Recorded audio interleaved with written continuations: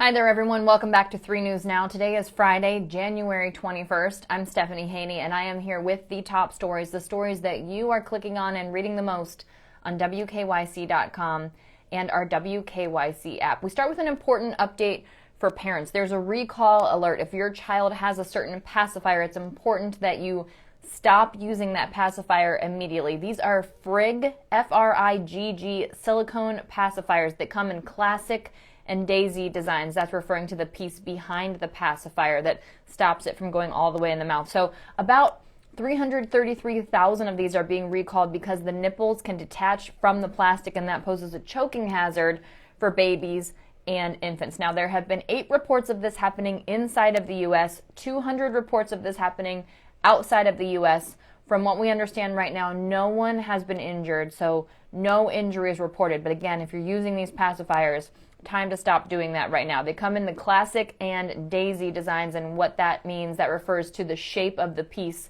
behind the silicone part that goes in the baby's mouth. It'll either be round or edges that look like daisy flowers. You might have bought this at a TJ Maxx, at Spearmint Love, at Lil Tulips and Jade Company, or online through Amazon or Mushy.com between April and December of 2021. They're sold in more than 40 colors, and the pacifiers came in 2 sizes, 0 to 6 months and 6 to 18 months. If you want more details on this, head to WKYC.com. But again, about 333,000 of those pacifiers recalled. Now we share information on a 3 News exclusive from our investigative team. A Cleveland man who was accused of attempted murder of his own children and arson is now free after attorneys realized and were able to present evidence that the evidence presented against him was false. He spent 2 years in prison. Juan Taylor is his name. He was accused by Cuyahoga Metropolitan Housing Authority of setting townhomes on fire. This was in the summer of 2019, according to court records.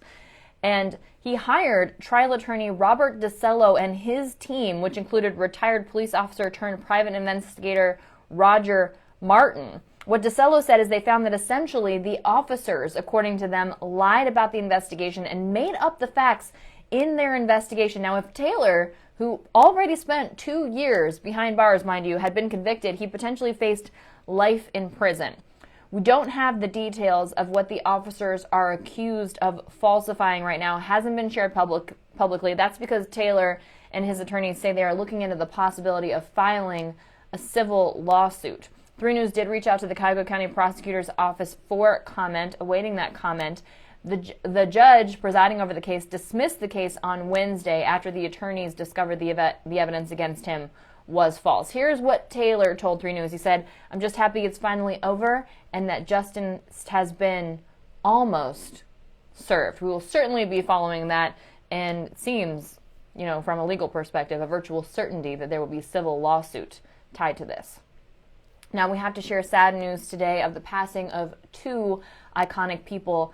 Meat Loaf, the rock star, has died at the age of 74. He was loved by millions for his Bat Out of Hell album, and he passed away this week. He was born Marvin Lee Aday. He died on Thursday. That's according to a family statement. We aren't aware of the cause or other details about the death, but we do know that he did have numerous health scares over the years. He did have a tie to Ohio. It was Cleveland International Records that released Meat Loaf's landmark recording, Bat Out of Hell. That was in 1977. He's survived by Deborah Gillespie, his wife, since 2007, his daughters Pearl and Amanda.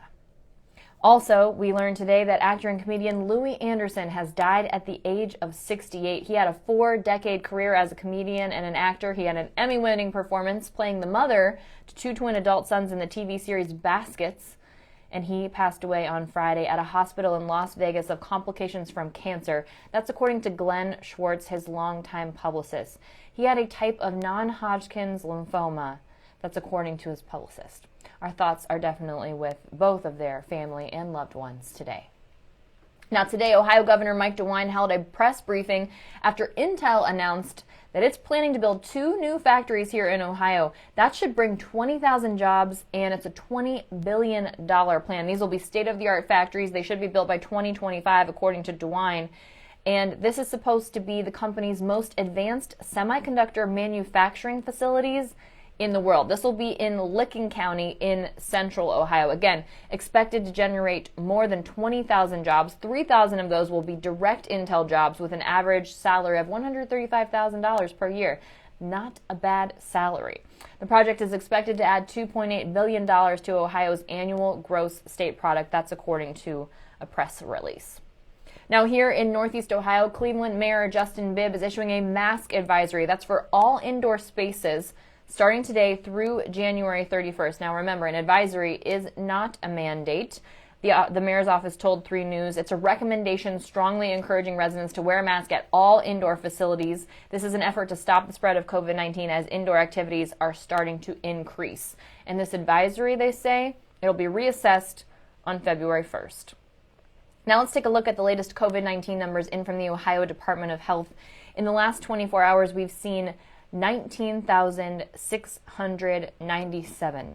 Now, a word on the total from yesterday. Yesterday, there were 21,664 new reported cases. That's the highest official single-day total since the pandemic began.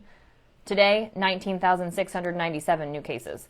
The positivity rate is 29.3%. That means for the COVID tests that are being documented, 29.3% of those are coming back positive. I say the COVID tests that are being documented because, as we'll talk about in just a minute, those at-home COVID-19 tests not necessarily being counted. The total number of deaths related to COVID-19 here in Ohio, 31,987. Right now, there are 5,581 people in the hospital being treated for COVID-19, and out of those people, 1,135 of them are being treated in an intensive care unit. Now, our Verify team has looked into whether the CDC counts positive results from at-home COVID-19 tests, and what we have learned is no.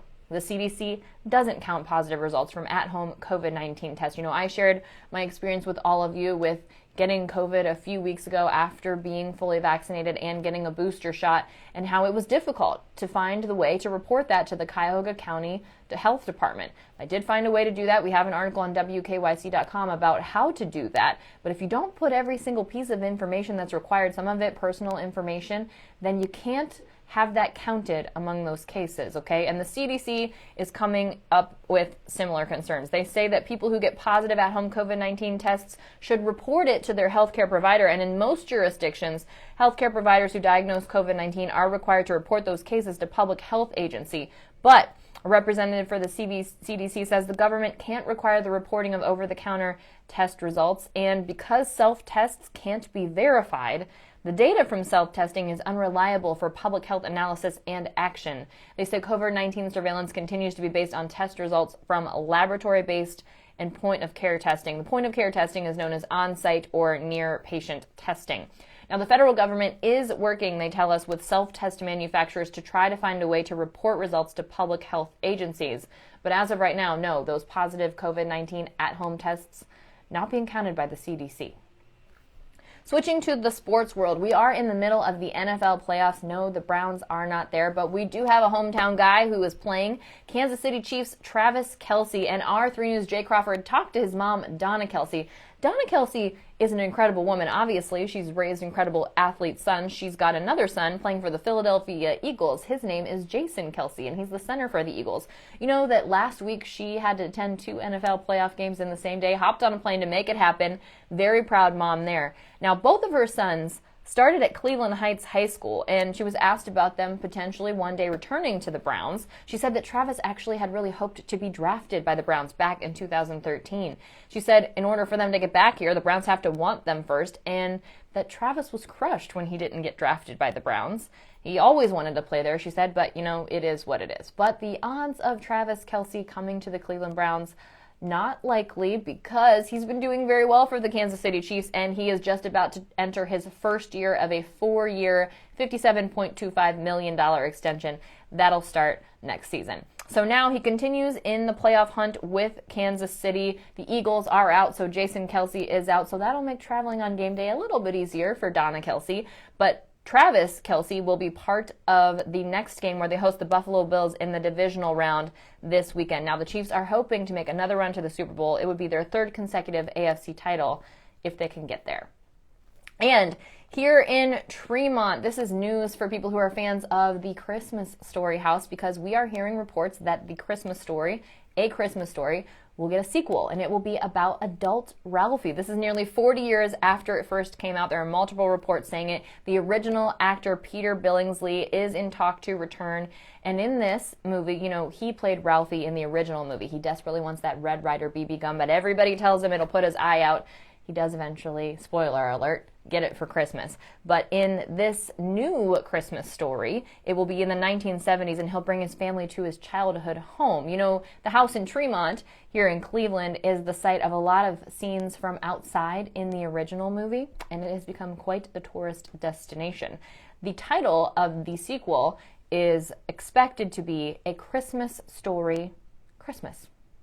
One more thing before we let you go today. You may have seen on the internet that the M&Ms characters are getting a little bit of a makeover. Mars, the company that owns M&Ms, calls the characters lentils, and they're giving them more nuanced personalities. This is to promote inclusivity. Now, the thing that everyone's talking about online is the fact that the green M&M is no longer wearing go-go boots, and she has switched for sneakers. People are calling the M&Ms characters woke. I don't know if that on its own makes the M&M characters woke. I have a couple questions myself about it. I tweeted them. You can find them on my Twitter, _Stephanie Haney. I'm personally wondering about the chunky heel that the brown M&M is now wearing, because I know everyone is very into the chunky heel right now, but it just seems like one of those trends that just might not be here to stay. I don't know if it was great the first time around. I'm not sure how we're feeling about it this time around, but they are also giving them more nuanced personalities. You can check out that story on WKYC.com. Tweet me, let me know what you think about it. We'll be talking about it today in What's Clicking in Cleveland on What's New at 5 p.m. And here's your reminder, if you don't have access to regular cable, if you don't have one of those digital antennas, if you don't have a streaming service that gives you access to those basic channels like Channel 3, you can watch all of our broadcasts, all of our news broadcasts on the WKYC app. So that's one reason, if you do not already have it, to make sure that you download it. All right, that's it for your 3 News Now update today for Friday, January 21st. Everyone have a wonderful weekend. Stay safe out there. Stay warm, as we are expected to be bitterly cold. And I will see you back on Monday with more 3 News Now.